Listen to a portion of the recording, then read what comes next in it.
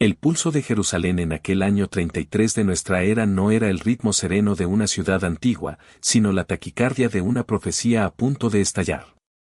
A medida que las caravanas de peregrinos se acercaban por los caminos polvorientos, trayendo consigo el clamor de 100 dialectos y el brillo de 1000 esperanzas, un detalle se tejía en el aire, imperceptible para la mayoría, pero resonando con la vibración de una memoria milenaria. No eran las imponentes puertas del templo ni la majestuosidad de sus muros de oro pulido lo que realmente marcaba la diferencia, sino las pequeñas manchas rojizas que adornaban los dinteles de cada hogar. Marcas casi invisibles, descoloridas por el sol, pero cargadas con el eco de una noche en Egipto, un sacrificio que había enseñado a un pueblo que la sangre en el umbral era un escudo, una declaración silenciosa de que la muerte pasaría de largo. Pero en esta Pascua, la memoria no era solo un ritual, era la antesala de una sinfonía que el mundo no estaba preparado para escuchar, una melodía compuesta en el tiempo y afinada en la eternidad, y que ahora resonaría en las calles de esa misma ciudad, delante de ojos que veían sin comprender. Para entender la magnitud de lo que se desplegaba en esa semana extraordinaria, hay que remontarse mucho más allá de sus inicios, a los albores de una nación, cuando la Pascua no era una fiesta establecida, sino una experiencia cruda y aterradora, nacida de la esclavitud, no en la solemnidad de un templo, sino en la oscuridad opresora de la cautividad. No fue instituida por sacerdotes en túnicas de lino, sino por un Dios que descendió en medio del clamor de su pueblo, con una mano poderosa y un brazo extendido, decidido a romper las cadenas. El libro de Éxodo, en su capítulo 12, no registra meras instrucciones, sino los compases iniciales de esa sinfonía divina, cada nota, cada pausa, cada crescendo, apuntando hacia un futuro que, para aquellos esclavos oprimidos, era inimaginable. Un futuro que se revelaría con una claridad cegadora en Jerusalén, en el año más importante de la historia humana, un cumplimiento tan preciso que desafía toda coincidencia. Háblese a toda la congregación de Israel, diciendo, en el 10 de este mes, tómese cada uno un cordero según las familias de los padres, un cordero por familia. Éxodo 12:3. Esta instrucción, aparentemente sencilla, era en realidad el preludio de un drama personal. El 10º día del mes de Nisán, el cordero no era solo elegido, era apartado, sacado del rebaño y llevado al corazón del hogar. 4 días, desde el 10 hasta el 14, el cordero vivía entre la familia, su suave balido se mezclaba con las risas de los niños, su tierna mirada observada por los ancianos. Era examinado meticulosamente, no solo por su pureza ritual, sino porque, en esos días de convivencia, el animal se transformaba de una mera ofrenda en un miembro más de la familia, un sacrificio que comenzaba a adquirir un rostro, un nombre, un costo emocional. La ley, en su sabiduría divina, exigía este vínculo, porque lo que no cuesta nada, no transforma a nadie. Y con una exactitud que ningún guionista humano podría haber concebido, el 10º de Nisán del año 33 después de Cristo fue un domingo. El mismo día en que los corderos eran llevados a las casas, Jesús de Nazaret entró a Jerusalén, recibido no con el silencio reverente, sino con el clamor de las multitudes agitando ramas de palma, gritando Hosanna, bendito el que viene en el nombre del Señor. Era el día en que el verdadero sacrificio comenzaba a ser reconocido por aquellos que, sin saberlo, lo recibirían. Desde ese domingo, el Cordero de Dios fue examinado públicamente, no por sacerdotes con balanzas de plata, sino por los fariseos con sus preguntas teológicas astutas, por los herodianos con sus trampas políticas traicioneras, por los saduceos con sus argumentos sobre la resurrección. Y en cada ocasión, el veredicto fue el mismo que la ley exigía del Cordero de Pascua, sin defecto, sin falla, sin mancha. Ninguna acusación prosperó, ninguna trampa funcionó. Hasta Pilato, la máxima autoridad imperial de la tierra, tuvo que declarar ante la multitud que no encontraba ningún delito en ese hombre. La ciudad, sin saberlo, había inspeccionado a su cordero. Jerusalén, en el primer siglo después de Cristo, no era una mera ciudad, era un escenario sagrado, una metrópolis religiosa de proporciones sobrecogedoras, magnificada y embellecida por décadas de construcción bajo Herodes el Grande.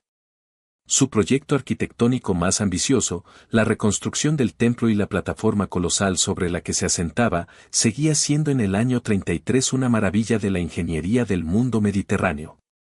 Las descripciones de Josefo, el historiador judío de la época, pintan un templo que deslumbraba, una visión que golpeaba el alma de todo visitante. Las piedras de la base eran gigantescas, algunas de las que aún sostienen el muro occidental hoy pesan entre 400 y 600 toneladas métricas.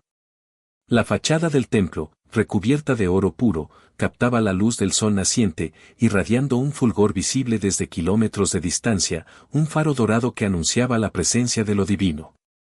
Durante la Pascua, esta ciudad, que ordinariamente albergaba a unos 100.000 habitantes, se inflaba dramáticamente con 200.000 a 400.000 peregrinos adicionales, según las estimaciones basadas en registros antiguos. Venían de todos los rincones del mundo conocido, Galilea y Judea, Babilonia y Egipto, Roma y Asia Menor, cada comunidad judía enviando a sus varones a presentarse ante el Señor 3 veces al año, como la ley de Moisés lo exigía, siendo la Pascua la más sagrada de todas. La ciudad se transformaba en un torbellino de vida. Las posadas desbordaban, los patios de las casas se llenaban de visitantes, los mercados operaban con una intensidad que hacía que el ruido cotidiano pareciera un susurro. El movimiento incesante de animales, de personas, de comerciantes vociferantes, de sacerdotes en sus túnicas impolutas y de soldados romanos en guardia preventiva, creaba una atmósfera que era a la vez festiva, sagrada y tensa. Para comprender la experiencia sensorial de esa semana, hay que cerrar los ojos e imaginar los aromas que impregnaban el aire de Jerusalén. El humo de miles de hogares, donde se preparaba la comida de Pascua, se mezclaba con el olor acre de los animales en los corrales temporales establecidos en las afueras de la ciudad. Los vendedores de especias ofrecían sus fragancias exóticas desde el amanecer. Las hierbas amargas, exigidas por la ley para la cena de Pascua, plantas como la lechuga silvestre y la achicoria, llenaban las manos de las mujeres que recorrían el mercado, sus dedos sintiendo la aspereza de lo que recordaba la amargura de la esclavitud. El pan sin levadura, la matzá, se horneaba en cantidades colosales, su aroma neutro llenando las panaderías. La búsqueda y eliminación de todo producto leudado de los hogares, el chametz, era una actividad que involucraba a toda la familia, una limpieza ritual que precedía a la fiesta con una seriedad absoluta. El mandato sobre el chametz no era un detalle menor, sino una declaración teológica visible. Éxodo 12:15 establecía, 7 días comeréis panes sin levadura, y así el primer día haréis que no haya levadura en vuestras casas, porque cualquiera que comiere leudado desde el primer día hasta el séptimo, será cortado de Israel. La búsqueda de la levadura, realizada la noche anterior al 14 de Nisán con velas encendidas, rincón por rincón de la casa, era uno de los rituales domésticos más cargados de simbolismo de toda la religión judía. La levadura, ese agente silencioso que se expande, que corrompe desde adentro, que transforma lo puro en algo diferente, representaba el pecado.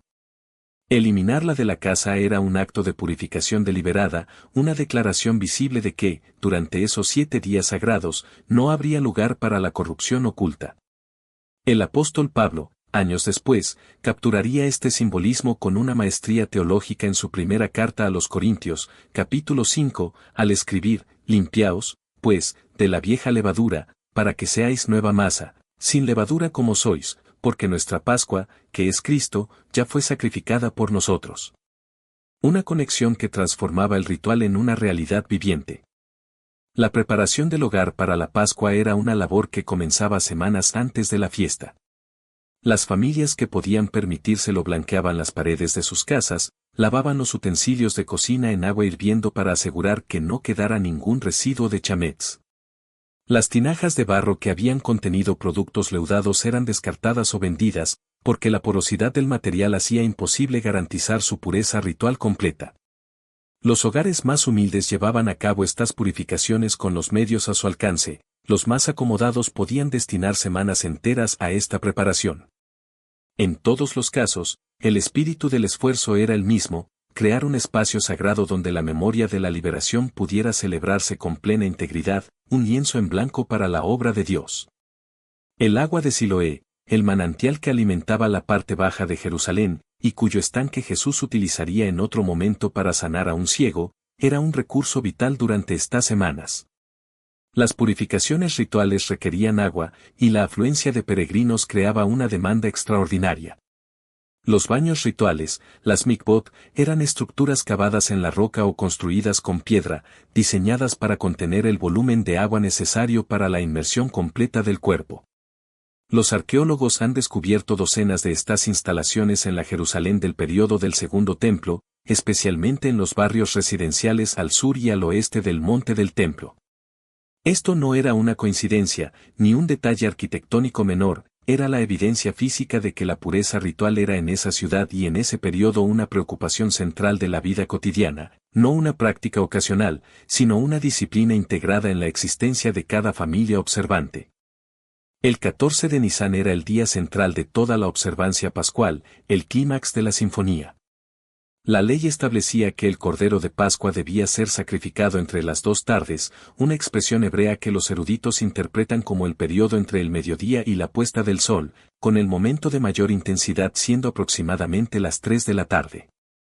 En el Templo de Jerusalén, durante los siglos del periodo del Segundo Templo, este mandato se ejecutaba con una coordinación extraordinaria. Los israelitas llegaban en grupos, los sacerdotes formaban filas ininterrumpidas. Las trompetas sonaban al comienzo de cada turno de sacrificios. El número de corderos sacrificados esa tarde era, según los registros, de decenas de miles. Josefo menciona cifras que algunos historiadores modernos consideran exageradas, pero incluso reduciendo esas cifras a proporciones más conservadoras, la escala de la operación seguía siendo impresionante por cualquier medida. El ritual no era privado ni íntimo, era el latido de una nación entera reunida en torno a la memoria de su liberación, un rito que resonaba con el eco de la sangre que había salvado a sus antepasados. Cada familia o grupo de familias traía su propio cordero. El padre o el jefe del hogar imponía sus manos sobre la cabeza del animal, un gesto que, en la teología sacrificial hebrea, significaba identificación, transferencia simbólica, una conexión profunda entre el que ofrecía y lo que era ofrecido. El animal era entonces entregado a los sacerdotes, quienes actuaban como mediadores del sacrificio. La sangre era recogida en recipientes especiales y rociada sobre el altar, una promesa de redención. El cuerpo del animal era devuelto a la familia, que lo llevaba a la casa o al lugar donde celebrarían la cena. Allí, el cordero era asado entero, sin romper ninguno de sus huesos, tal como la ley lo mandaba desde Éxodo 12:46, en una sola casa se comerá. No llevarás de aquella carne fuera de casa, ni quebraréis hueso suyo. Este mandato sobre los huesos no quebrados se repetiría siglos después, como una observación profética del evangelista Juan al pie de la cruz, en su capítulo 19 y versículo 36, señalando que en el cuerpo de Jesús estas palabras se cumplieron literalmente, la última nota de una antigua melodía tocada a la perfección. La cena de Pascua, el Seder, era mucho más que una comida. Era una liturgia completa, una experiencia educativa, una transmisión generacional de memoria, el corazón vibrante de la identidad judía. La estructura de esa noche estaba diseñada para que los niños preguntaran y los adultos respondieran, para que la historia de la liberación de Egipto no quedara guardada en textos que solo los letrados podían leer, sino que viviera en la boca y en la memoria de cada persona desde la infancia. La Agadá, el texto que guiaba la narración de esa noche, se fue desarrollando a lo largo de los siglos, pero sus elementos centrales estaban presentes desde muy temprano, la narración de la esclavitud, las plagas, el éxodo, la travesía del desierto, la llegada a la tierra prometida, todo el arco de la salvación en una sola noche de contemplación. Cada elemento sobre la mesa del Seder tenía su significado preciso. El pan sin levadura, la matzá, era llamado el pan de la aflicción, porque recordaba el pan que los esclavos comían, hecho sin tiempo de fermentar, sin tiempo para esperar. Las hierbas amargas recordaban la amargura de la esclavitud. El jaroset, una mezcla dulce de frutas, nueces y vino, con una textura y un color que evocaban la argamasa utilizada en la construcción forzada, recordaba el trabajo extenuante de los esclavos bajo el sol de Egipto. El cordero asado era el memorial más directo de aquella noche original, la sangre en el dintel. Y el vino, servido en 4 copas a lo largo de la noche, correspondía a las 4 expresiones de liberación que Dios había prometido en Éxodo 6, 6-7, yo os sacaré. Os libraré. Os redimiré. Os tomaré. Cada copa era una promesa cumplida, cada copa era una razón para la gratitud, un crescendo de alabanza. La última semana de la vida de Jesús se desarrolló sobre este trasfondo con una densidad teológica que solo puede comprenderse si se conoce el contexto con detalle. El Evangelio de Lucas, en su capítulo 22, describe cómo Jesús envió a Pedro y a Juan a preparar el lugar para la cena de Pascua. ¿Dónde quieres que la preparemos?, le preguntaron. Y Jesús les dio instrucciones que resonaban con un matiz enigmático para quienes no entendían la dimensión de lo que estaba por ocurrir. Seguirían a un hombre que llevaría un cántaro de agua, una imagen inusual en una cultura donde las mujeres solían cargar el agua, entrarían a la casa donde él entrara, hablarían con el dueño de la casa, y éste les mostraría un aposento alto, grande y arreglado. Era como si cada paso de esa preparación estuviera siendo orquestado desde una dimensión que los discípulos apenas alcanzaban a vislumbrar, un director invisible afinando la orquesta para la melodía final. La cena que estaban preparando no era solo la celebración de una liberación pasada, era la institución de una liberación nueva, más profunda, más permanente, que abarcaría no solo a una nación, sino a toda la humanidad, una sinfonía universal de redención. El aposento alto donde Jesús celebró esa última cena con sus 12 discípulos era, según las tradiciones antiguas y las investigaciones arqueológicas del área del Monte Sión en Jerusalén, probablemente parte de un edificio de 2 pisos en el barrio más próspero de la ciudad alta, el barrio donde se concentraban las casas de los sacerdotes y de las familias más acomodadas de Jerusalén. Esto no era un detalle menor, sino una declaración silenciosa. Que Jesús celebrara la Pascua en un aposento alto, espacioso y arreglado en el corazón del barrio de la élite religiosa de la ciudad, era en sí mismo una profecía. La Pascua nueva que estaba siendo instituida esa noche no llegaría desde los márgenes de la sociedad religiosa, desde los humildes rincones de Galilea, sino desde dentro, desde el corazón mismo del sistema que estaba a punto de transformarse para siempre. Lo que ocurrió en esa mesa es narrado en los 4 evangelios con una convergencia de detalles que solo puede explicarse por la centralidad absoluta de esa noche en la memoria de los primeros creyentes. Juan, en su capítulo 13, dedica los primeros versículos a una escena que los otros 3 evangelistas no incluyen, pero que captura algo esencial sobre el carácter de quien presidía esa cena, la esencia del cordero sacrificial.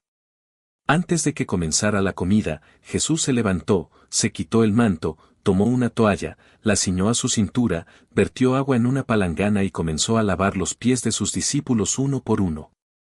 Era el trabajo de los siervos de menor rango, un acto de humildad radical.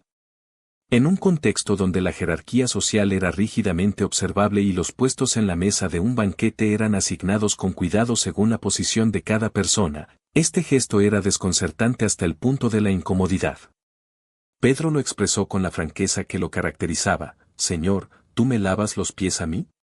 La respuesta de Jesús, según Juan 13:7, fue: «Lo que yo hago, tú no lo comprendes ahora, mas lo entenderás después». Ese después que Jesús mencionó abarca toda la historia cristiana. Lo que ocurrió después de esa noche, lo que ocurrió después de esa semana, lo que ocurrió después del 14 de Nisan del año 33 después de Cristo, transformó el significado de cada elemento de la Pascua original de una manera que ningún rabino de la época habría podido anticipar, y que solo puede verse con plena claridad mirando hacia atrás desde el otro lado del sepulcro vacío. La sinfonía estaba en su momento más oscuro, pero una nueva armonía estaba a punto de nacer. Durante la cena, llegó el momento culminante, el giro dramático que redefiniría la historia. Jesús tomó el pan. Los evangelios sinópticos coinciden en la narración, como si una misma voz registrara el momento con reverencia. Mateo 26, 26-28 lo describe así: «Y mientras comían, tomó Jesús el pan, y bendijo, y lo partió, y dio a sus discípulos, y dijo: Tomad, comed, esto es mi cuerpo». Y luego, tomando la copa y habiendo dado gracias, les dio, diciendo: «Bebed de ella todos, porque esto es mi sangre del nuevo pacto, que por muchos es derramada para remisión de los pecados». Estas palabras, pronunciadas en el contexto preciso de la cena de Pascua, no eran solo una reinterpretación, eran una transustanciación del significado de todo lo que esa cena representaba. El pan sin levadura, que recordaba el pan de la aflicción de la esclavitud, pasaba a ser el cuerpo de quien llevaba sobre sí la aflicción de toda la humanidad. La copa de vino, que sellaba la alianza del Éxodo, pasaba a ser la sangre del nuevo pacto, un pacto que los profetas habían anunciado con siglos de antelación. Jeremías 31, 31, 33 lo había prometido. He aquí que vienen días, dice Jehová, en los cuales haré nuevo pacto con la casa de Israel y con la casa de Judá, no como el pacto que hice con sus padres el día que tomé su mano para sacarlos de la tierra de Egipto. La ciudad afuera de ese aposento alto seguía en movimiento. Jerusalén no dormía del todo durante la Pascua. Las calles, iluminadas por antorchas y por la luz plateada de la luna llena, inevitable esa noche, porque la Pascua se celebraba siempre el 14 de un mes lunar, cuando la luna estaba en su plenitud, bullían con el movimiento de peregrinos que regresaban a sus alojamientos, de familias que completaban sus preparativos, de sacerdotes que supervisaban los últimos rituales antes del amanecer. En ese contexto de luna llena sobre la ciudad dorada, después de que la cena terminó y el himno fue cantado, el himno correspondiente a los salmos del Ayel, los salmos 113 al 118, parte integral de la liturgia pascual, Jesús y sus discípulos salieron hacia el monte de los olivos. Habrían cantado palabras del Salmo 118, 22, que en ese momento resonaban con una ironía profética que solo se haría completamente visible días después. La piedra que desecharon los edificadores ha venido a ser cabeza del ángulo. Una verdad oculta en la voz, a punto de ser revelada en sangre. El jardín de Getsemaní, al pie del monte de los olivos, no era un lugar desconocido, sino un santuario de silencio que guardaba secretos ancestrales. El nombre, en arameo, significa lagar de aceite, y el jardín era, en efecto, un lugar donde había olivos ancianos, sus troncos retorcidos, y posiblemente una instalación para prensar aceitunas. La tradición y los estudios arqueológicos sugieren que estaba ubicado al otro lado del Valle del Cedrón, a una distancia de quizás 15 minutos a pie desde las puertas de la ciudad. Era un refugio donde Jesús había ido con frecuencia, según Juan 18:2, que nota específicamente que Judas, el que le entregaba, conocía aquel lugar, porque muchas veces Jesús se había reunido allí con sus discípulos. Lo que esto significa es que Jesús no eligió esconderse esa noche. Fue al lugar donde sabía que sería encontrado, al lugar donde la entrega estaba destinada a ocurrir, y fue con plena conciencia de lo que vendría, con cada fibra de su ser sintonizada a la voluntad divina. Desde Getsemaní, la secuencia de eventos que siguió tiene una precisión temporal que los evangelios preservan con un cuidado casi quirúrgico. El arresto en el jardín fue seguido de una noche de interrogatorios que comenzó con el sumo sacerdote Anás, continuó con Caifás, el sumo sacerdote oficial, y eventualmente llevó ante Pilato al amanecer. Lucas 22, 66 menciona que Jesús fue llevado ante el Sanedrín cuando era de día, lo que sitúa ese proceso en las primeras horas de la mañana. La comparecencia ante Pilato siguió, y la ejecución en la cruz comenzó, según el relato de Marcos 15:25, a la hora tercera, que en el sistema de conteo de tiempo judío de la época correspondía aproximadamente a las 9 de la mañana. La ciudad, ajena a la orquestación divina, se movía en sus rituales, mientras el cordero era llevado al matadero. El Gólgota, el lugar de la calavera donde se llevaban a cabo las crucifixiones en Jerusalén, era, según los relatos evangélicos, un lugar fuera de las murallas de la ciudad, lo cual era conforme a la práctica tanto judía como romana. Las ejecuciones no se realizaban dentro de la ciudad santa, sino que el lugar estaba lo suficientemente cercano a los caminos principales como para que los transeúntes pudieran verlo, porque la crucifixión romana era una forma de ejecución pública diseñada también como una advertencia brutal, una exhibición de poder. El sitio donde hoy se encuentra la iglesia del Santo Sepulcro en Jerusalén es señalado por la tradición cristiana más antigua como el lugar del Gólgota y de la tumba. Las investigaciones arqueológicas del siglo XX han aportado elementos que son consistentes con esa identificación, con capas de construcción que reflejan siglos de devoción continua, una veneración que se remonta a los primeros siglos del cristianismo. La hora sexta del relato de Mateo, la hora que en el sistema romano de contar el tiempo corresponde al mediodía, fue el momento en que la oscuridad cubrió la tierra, un silencio cósmico que envolvió el drama. Mateo 27 horas y 45 minutos dice, y desde la hora sexta hubo tinieblas sobre toda la tierra hasta la hora novena.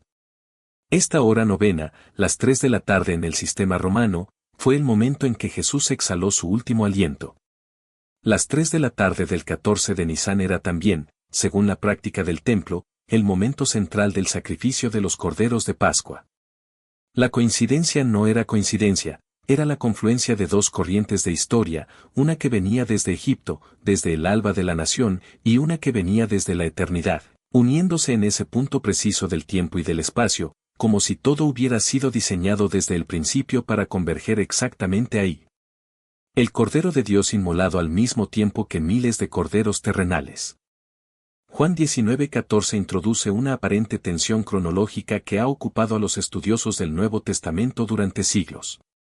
Juan coloca el juicio ante Pilato en la preparación de la Pascua, como a la hora sexta, lo que podría implicar que la Pascua aún no había comenzado en ese momento, según el calendario joánico.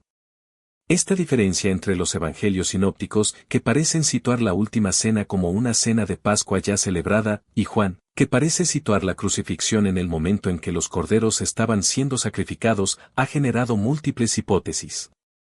Una de las más estudiadas sugiere que diferentes grupos dentro del judaísmo del siglo I, incluyendo los galileos y los judeos, podían seguir calendarios ligeramente diferentes para el cálculo del 14 de Nisán, de modo que Jesús y sus discípulos habrían celebrado la cena de Pascua según el calendario galileo, una noche antes que los habitantes de Jerusalén.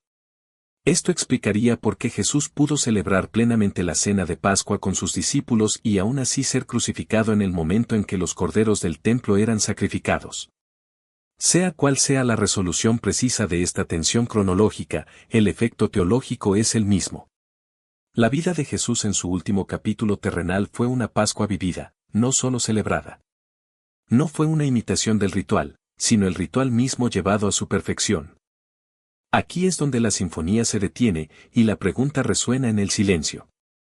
Si la Pascua no era solo una fiesta, sino una profecía, si cada uno de sus elementos apuntaba hacia un cumplimiento que ocurriría en una tarde específica del año 33 después de Cristo, ¿qué significa eso para la forma en que tú y yo entendemos nuestra propia historia? ¿Has sentido alguna vez que ciertos momentos de tu vida, ciertas encrucijadas que te dejaron sin aliento, ciertas pérdidas que parecían irreparables, o ciertas liberaciones inesperadas, tenían una dimensión que iba más allá de lo que puedes explicar racionalmente?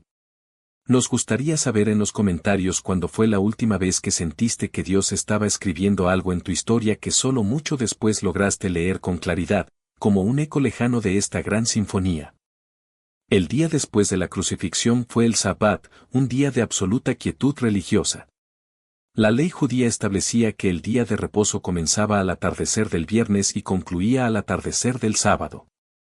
En ese contexto, el cuerpo de Jesús, silente, descansaba en la tumba nueva de José de Arimatea, un miembro del Sanedrín que había pedido permiso a Pilato para reclamar el cuerpo antes de la puesta del sol del viernes.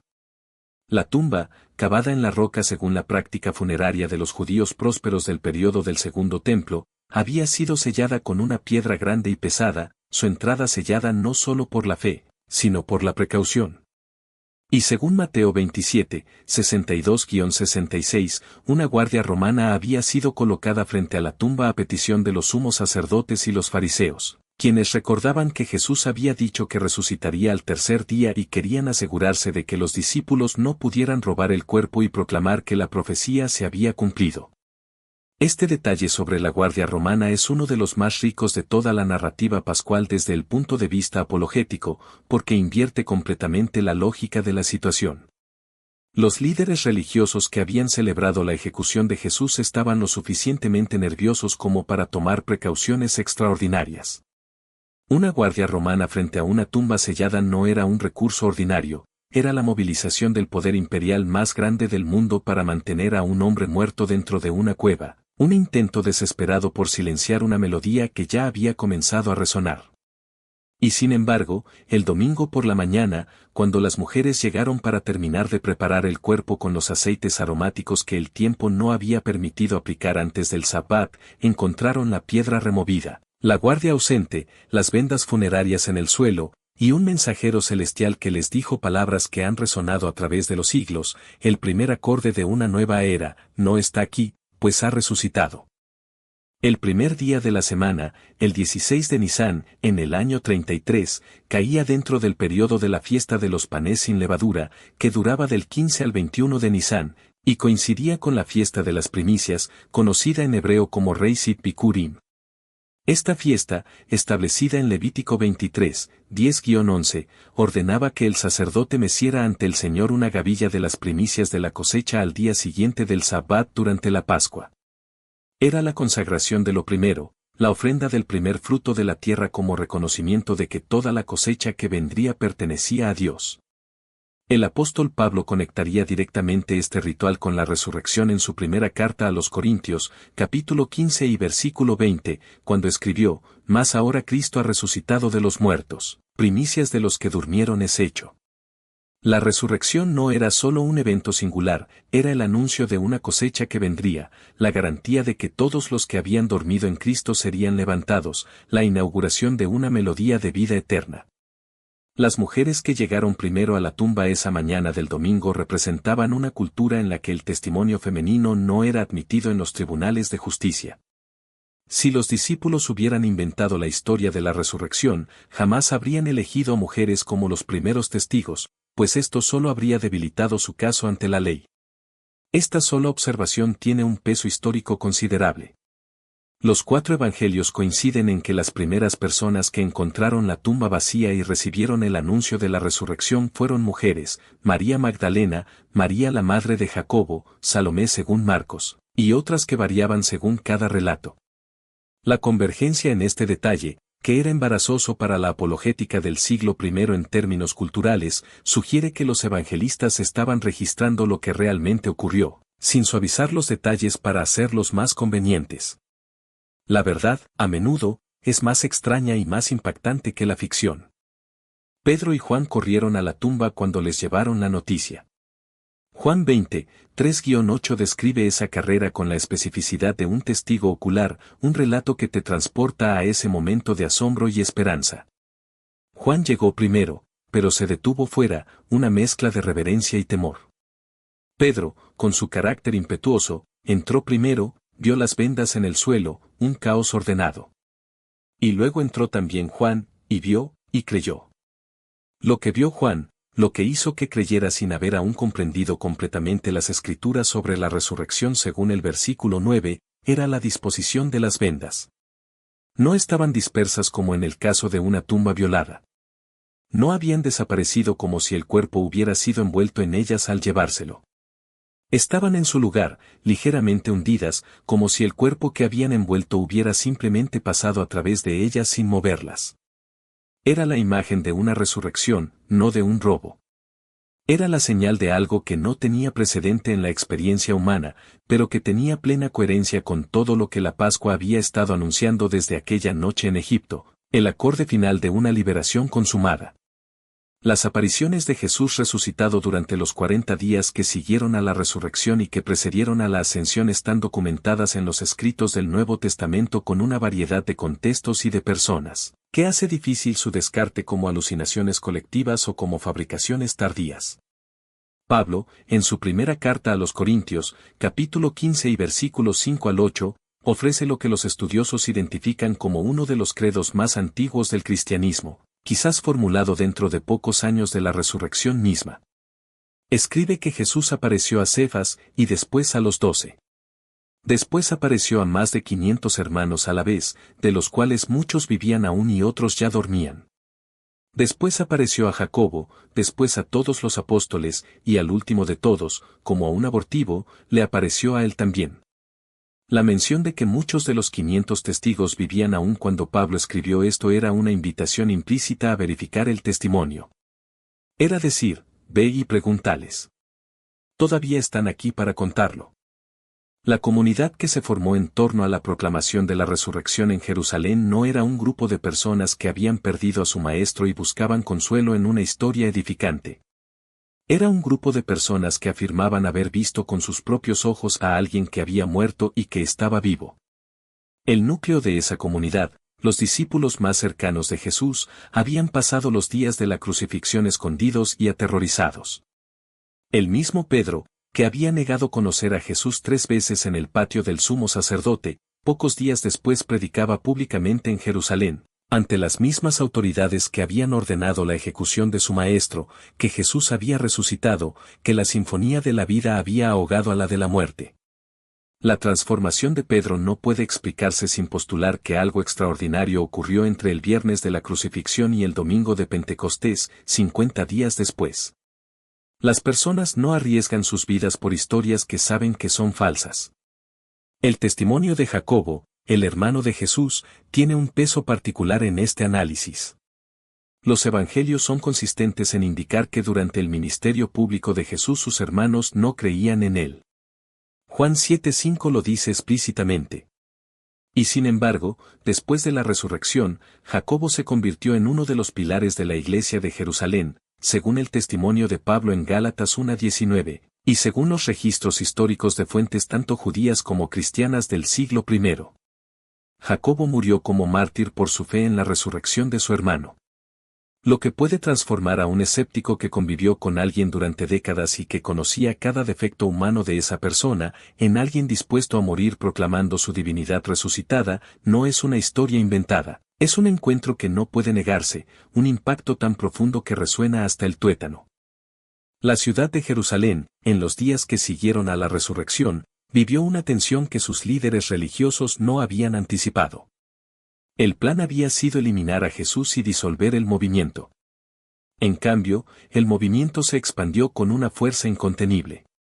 Hechos 2 narra cómo en el día de Pentecostés, 50 días después de la Pascua, cuando Jerusalén estaba nuevamente llena de peregrinos de todas las naciones para otra de las 3 fiestas de peregrinación, el Espíritu Santo descendió sobre los discípulos reunidos, y Pedro predicó un sermón que resultó en el bautismo de aproximadamente 3.000 personas en un solo día.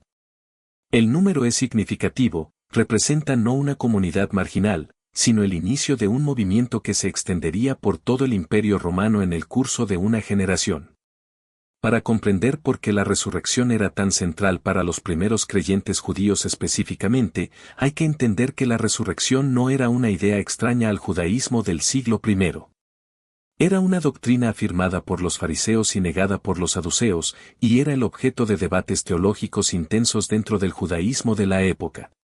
Pero la resurrección que el judaísmo esperaba era una resurrección universal al final de los tiempos, la resurrección de todos los muertos en el día del juicio. Lo que la proclamación cristiana afirmaba no era que la resurrección universal había comenzado en el sentido de que todos los muertos habían resucitado. Afirmaba que un solo hombre en medio de la historia había resucitado de entre los muertos como anticipo y garantía de la resurrección universal que vendría. Esta era una idea sin precedente exacto dentro del judaísmo, era algo nuevo, una melodía inesperada, y sin una evidencia contundente, jamás habría podido convencer a tantos judíos observantes en tan poco tiempo.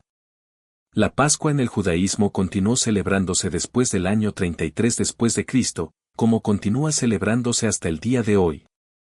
El pueblo judío transmitió fielmente a través de generaciones la memoria de la liberación de Egipto, el relato del Éxodo, la estructura del Seder, la pregunta de los 4 hijos, el himno del Dayenu que enumera las bondades de Dios. Esta fidelidad a la tradición es en sí misma notable. Pero dentro del movimiento que nació de la resurrección de Jesús, la Pascua recibió un nuevo significado que no abolía el antiguo, sino que lo cumplía, lo magnificaba, lo elevaba a una esfera universal. La primera carta a los Corintios 5:7 lo expresó con una sencillez que contiene una profundidad enorme, porque nuestra Pascua, que es Cristo, ya fue sacrificada por nosotros. El Cordero no era ya un animal sin mancha que debía ser buscado en los rebaños. Era el Hijo de Dios que se había hecho carne, había vivido sin pecado, había sido inspeccionado públicamente y había sido encontrado sin defecto. Y había dado su vida como el sacrificio que ningún cordero podía hacer en última instancia, el sacrificio que no necesitaría repetirse nunca más. La sinfonía del templo había terminado, pero una nueva resonancia había comenzado. La carta a los Hebreos explora esta realidad con una riqueza teológica que merece detenerse en ella, no solo leerla, sino saborearla. Hebreos 9, 11-12 dice, pero estando ya presente Cristo, sumo sacerdote de los bienes venideros, por el más amplio y más perfecto tabernáculo, no hecho de manos, es decir, no de esta creación, Y no por sangre de machos cabríos ni de becerros, sino por su propia sangre, entró una vez para siempre en el lugar santísimo, habiendo obtenido eterna redención. La palabra que merece contemplarse es eterna. Los sacrificios del templo debían repetirse año tras año, un ciclo interminable de recordatorios. La expiación que ofrecían era real dentro del sistema que Dios había establecido, pero era temporal, era provisional, era sombra de algo que aún no había llegado. Lo que llegó en la cruz del Gólgota era el sacrificio que no necesitaría repetición, la expiación que no caducaba, el acceso a Dios que no dependía del calendario ni de la pureza ritual de ningún sacerdote humano. El velo del templo que se rasgó de arriba a abajo en el momento de la muerte de Jesús, según el relato de Mateo 27 horas y 51 minutos, es uno de los detalles más cargados de significado teológico de toda la narrativa de la Pascua del año 33, un silencio que rompió el acceso al Padre. El velo del templo era la cortina que separaba el lugar santo del lugar santísimo, el espacio donde se guardaba el arca del pacto y donde la presencia de Dios moraba de manera especial. Solo el sumo sacerdote podía entrar al lugar santísimo, y solo una vez al año en el día de la expiación, con la sangre del sacrificio. Ese velo, según los registros, era una obra de tejido extraordinariamente gruesa, de varios centímetros de espesor, una barrera imponente que el viento no podía mover, ni un terremoto podía rasgar de una manera específicamente dirigida.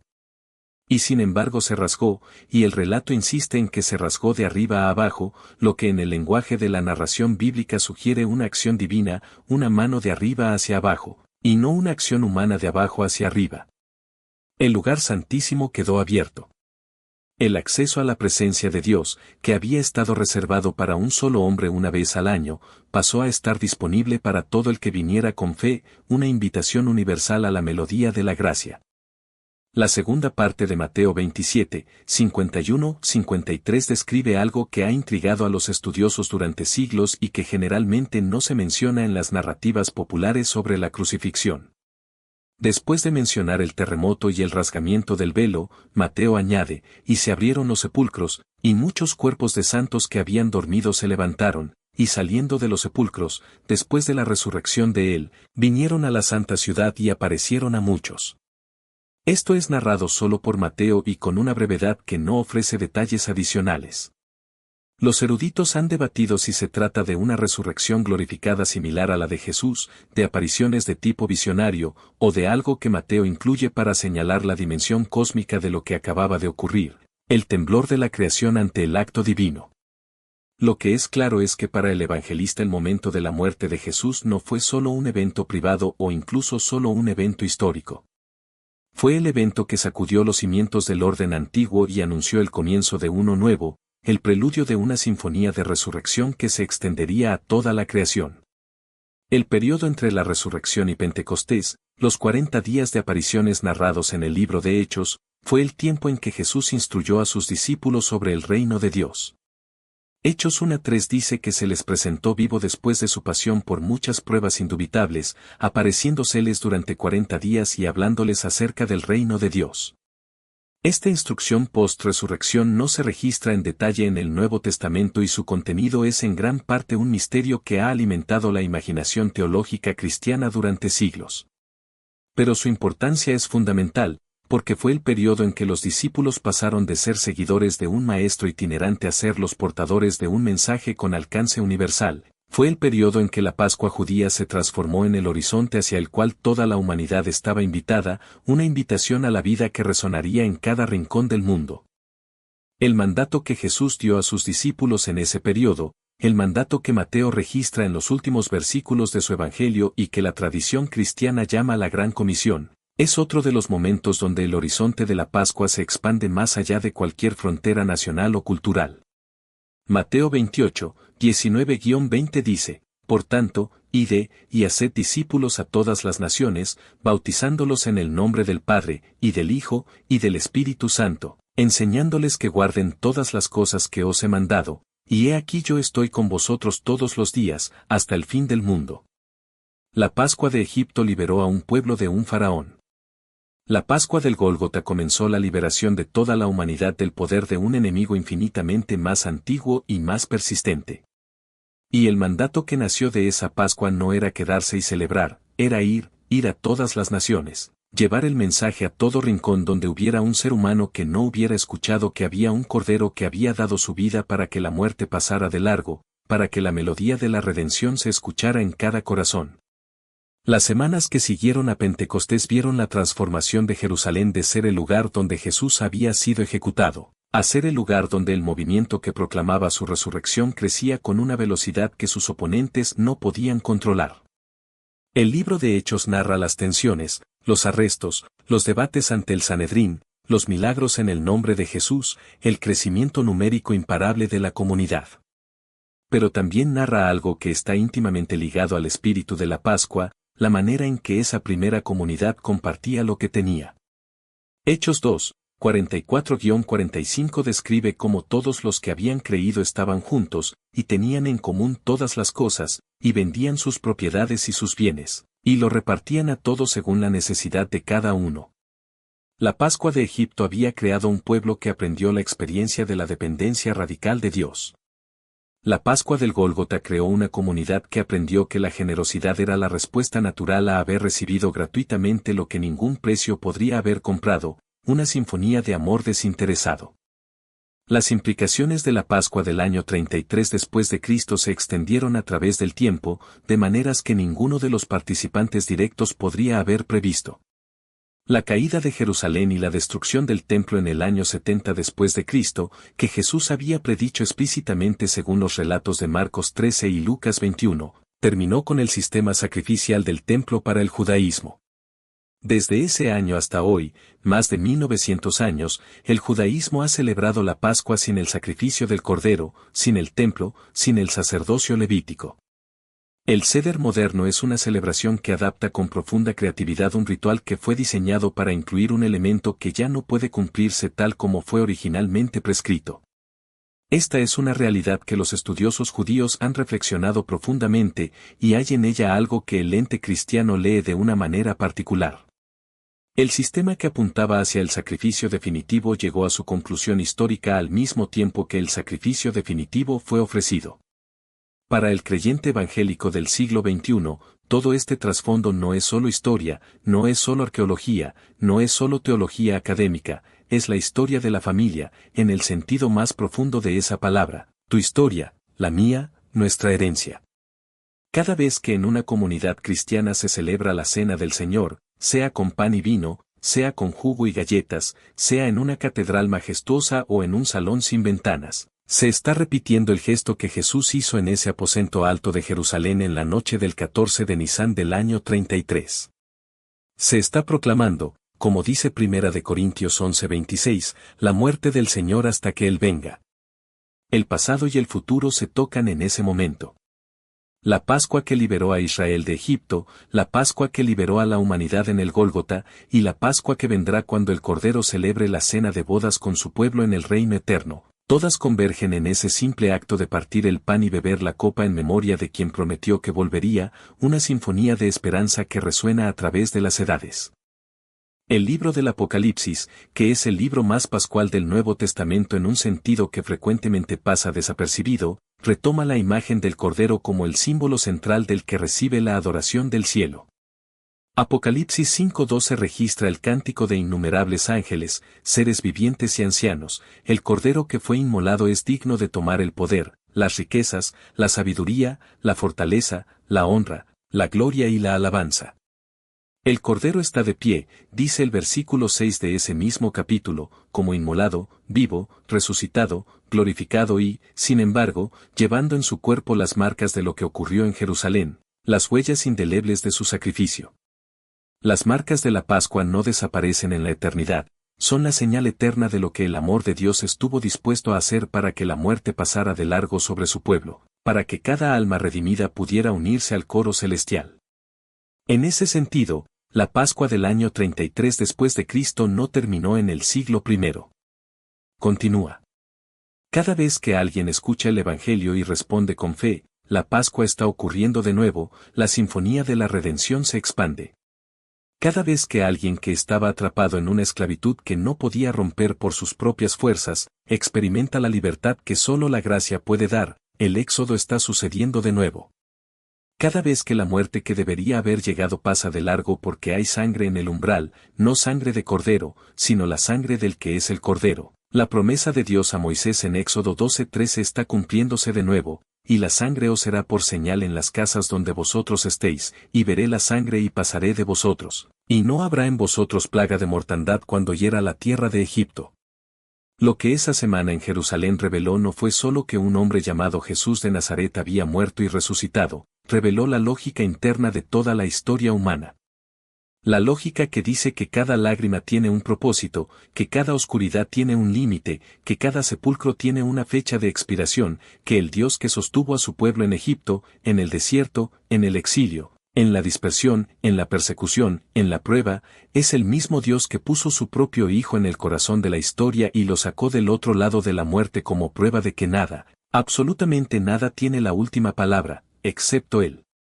Hay algo en la Pascua que fue diseñado específicamente para la persona que está leyendo esto ahora mismo o escuchando estas palabras, en el punto en que se encuentra en su propia historia, en su propia sinfonía de vida.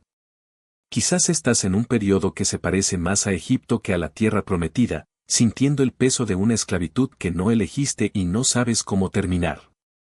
Quizás has estado mirando la piedra del sepulcro de algo que murió en tu vida, un sueño, una relación, una esperanza, y no puedes imaginar que haya algo al otro lado. Para ti específicamente, la Pascua tiene un mensaje que no ha cambiado en más de 3000 años de historia. Dios ve la sangre en el umbral. Dios pasa de largo la destrucción que merecías. Dios abre caminos donde no había ninguno.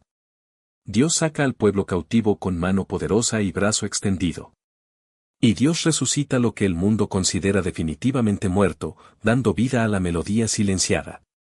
Esta es la Pascua real, no la que está en los museos, no la que está en los libros académicos, aunque toda esa historia sea verdadera y necesaria para entenderla en su plenitud. La Pascua real es la que ocurre en el alma de cada persona que se pone bajo la cobertura del Cordero y descubre que la promesa es para ella también. Es la que ocurre cuando la fe encontrada en la oscuridad del viernes se sostiene a través del silencio del sábado, porque sabe con una certeza que no depende de las circunstancias, que el domingo viene. Siempre viene el domingo, porque el Cordero que fue inmolado está de pie, y su resurrección es la garantía de la tuya, y su victoria es la promesa de la tuya, y su vida es el fundamento de la tuya, ahora y para siempre.